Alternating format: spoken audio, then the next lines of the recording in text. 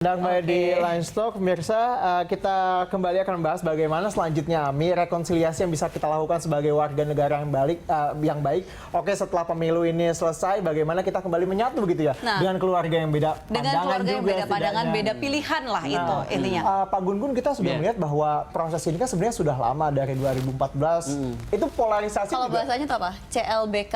CLBK Itu bukan cerita lama, ini cerita lama. Tapi maksud saya adalah setelah itu kita tuh tidak benar-benar rekonsiliasi. Masih ada ketegangan-ketegangan yang terus berlanjut mencapai puncaknya 2007. Kemudian sekarang ini lagi. Pola ini masih akan terus terjadikah kalau sudah melihat ini kan sudah pertarungan terakhir? Mudah-mudahan gimana cara biar sekarang tuh kelar gitu. Iya. Menurut saya gini, ini kita harus pahami dulu wajar polarisasinya terjadi. Kenapa? Karena rematch, ya kan? Sejak 2014. Polarisasi itu udah kebentuk. Dan polarisasi yang kebentuk itu pasti akan kemudian diteguhkan menjadi pemilih yang kuat pada salah satu pasangan. Dan pertarungan 2014 itu pada saat diulang 2019, gambaran atau konfigurasi kekuatan hampir sama. Itu menunjukkan bahwa sukses masing-masing kubu itu menjaga pemilih kuatnya, strong votersnya. Dan ya Jokowi naik sedikit ya kalau berdasarkan quick count. Itu mungkin bagian dari ikhtiar untuk penetrasi ke pemilih baru, tapi juga tidak sukses-sukses amat. Gitu. Nah sekarang tadi pertanyaan menarik, apakah itu akan terulang misalnya di kontestasi 2024 dan selanjutnya? Sebenarnya kita ini cukup optimis, Mas Hariko. Kenapa optimis?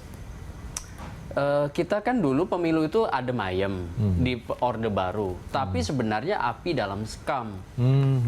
Karena ada namanya mobilisasi dan personal sentris, kekuatannya itu pada diri Pak Harto. Sekarang apinya jelas kelihatan. Sejak 99 itu semua spreading of power ya ke banyak orang. Dan menurut saya pada saat power itu menyebar ke banyak orang, maka kemudian otomatis masing-masing kubu itu, masing-masing pihak atau kelompok kepentingan itu ingin mengkonstruksi powernya. Tetapi karena aturan, contoh misalnya presidensial threshold 20% kursi DPR dan atau 25% suara sah nasional, itu mengharuskan terjadinya koalisi besar masing-masing kekuatan, dan akhirnya kemudian kita punya secara realistis dua pasangan calon. Baik. Nah, tetapi ini kalau kita pengen kan semuanya kelar nih, semua kelar setelah ini tidak ada lagi. Mungkin cara paling mudah apakah memang dengan stop labeling satu sama lain? Setuju. Jadi dialog kita siang ini menurut saya salah satu hal yang penting. Tidak ada lagi name calling teknik. Itu propaganda, karena memberi label cebong, kampret, itu sebenarnya tujuannya adalah mendehumanisasi, memberi semacam label untuk menurunkan tingkat confidence-nya orang, dan sebenarnya itu bagian dari strategi perang psikologis atau psywar. Dan itu nggak harus lagi dilakukan, jadi cebong kampret itu sudah dan itu paling berakhir mudah 17. Sebenarnya. Dan itu sebenarnya paling mudah untuk dilakukan oleh setiap orang gitu loh. Iya, dari 7 teknik propaganda standar, yang paling gampang dapat masuk ke masyarakat akar rumput adalah dengan cara name calling, misalnya PKI, atau misalnya cebong, kampret, atau misalnya label-label buruk lain gitu. Nah, ini gimana Mas? Ini mungkin terakhir sekaligus juga closing statement, gimana caranya biar orang-orang itu juga tadi stop labeling dan juga membuat membuat perbedaan di antara, karena kan ujung-ujungnya kita sama. Balik lagi semua warga negara Indonesia, KTP-nya juga KTP Indonesia. Iya. Saya ingat Bung Karno itu pernah pidato di PBB, jadi dia bilang untuk mencegah perang itu bukan gencatan senjata yang dibutuhkan, tapi menghapus kebencian dari hati manusia. Gitu. Jadi kita tidak boleh ada anti, ada benci.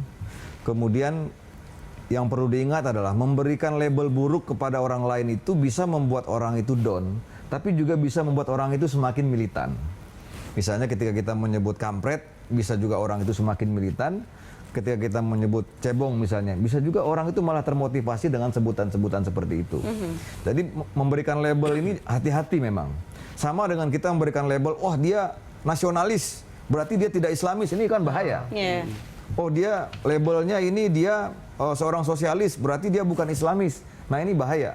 Jadi menurut Kang Yudi Latif itu seorang tokoh politik atau orang-orang parpol terlalu sempit sebuah label itu bagi dia. Orang ketika dia nasionalis otomatis dia juga agamis dan juga dia sosialis gitu loh. Oh ini orang ini PKI berarti dia komunis, tidak bisa. Label-label itu langsung ditempelkan begitu saja. Sampah dengan kita melabelkan teman kita dengan label-label yang buruk itu, yaitu yang akan diingat lama meskipun Pilpres ini sudah selesai. Nah ini teknis saja ya.